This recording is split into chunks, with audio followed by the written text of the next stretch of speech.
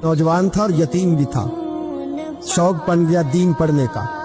महल्लेदार इलाके वाले कहने लगे कहाँ से कमाएगा, न बाप है न माँ है न घर है, कहाँ से। हजरत रूमी कहते हैं नौजवान ने जंगल में झोंपड़ी लगा ली। वहाँ वो सुबह मदरसे जाता, शाम को जंगल में रहता, वहाँ अल्लाह अल्लाह करता, सबक याद करता।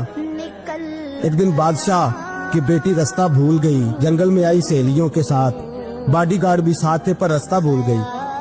खोती खोती शाम हो गई, ऐसी खोई कि जब रात गहरी हो गई तो आके उस नौजवान के पास रुकी और चिल्लाने लगी। शेर के दहाड़ने की आवाज आती है, भेड़िए के बोलने की आवाज आती है। नौजवान अकेला, सहेलियां बिछड़ गई, गार्ड बिछड़ गए। कहने लगी मैं परेशान हूँ, मुझे जगह मिल जाएगी। नौजवान कहता मैंने शहजादी देखी और मुझे भी पता था कि घर एक ही है और आग को अंदर से दरवाजा भी बंद करना पड़ता है, जंगल जानवर भी आ जाते। कहते मेरी छोटी सी कुटिया में झोंपड़ी में वो आई, रो के कहने लगी सहारा कोई नहीं, अगर मैं पीछे निकलूंगी तो भेड़िए खा जाएगा। कहते मैंने उसे जगह दे दी। अकेली औरत, चिराग जल रहा है, सबक याद कर रहा हूँ। मेरे नबी पाक ने फरमाया जहाँ मर्द औरत अकेले हो तीसरा शैतान होता है। और शहजादी, वो बच्चा कहता है सबक याद करता रहा सारी रात। वो बच्ची को कहा सो जा, पर वो कहती है नींद मुझे भी कहाँ आई। ऐसे मौकों पर नींद, सारी रात सबक याद करता। थोड़ी थोड़ी देर के बाद चिराग जलता तो उस पे उंगली रखता, हाथ जलता तो पीछे खींच ले, फिर दूसरी उंगली रखता। थोड़ी देर के बाद जलता तो खींच ले, हाथ सारा जल गया। सुबह किरणें चमकी तो कहने लगा चल निकल जा, दौड़ जा, बस बड़ा सब्र का इम्तिहान हो गया, चली जा।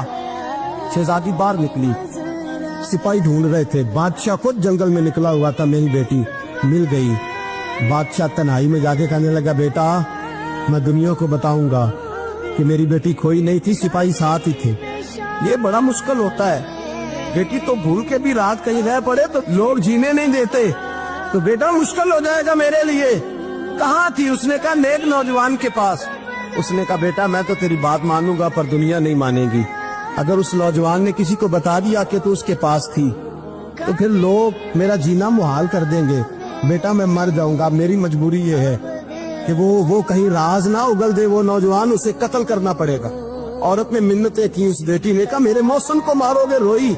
और वो कहने लगा मैं बादशाह, वो मेरा अपना वकार है, मैं उसको छोड़ नहीं सकता। गिरफ्तार कर लाए सिपाही। वक्त तय हो गया सजा का। अकेले कारकोठरी में रखा गया, जो उसके खास एतबार वाले थे उनकी ड्यूटी लगाई।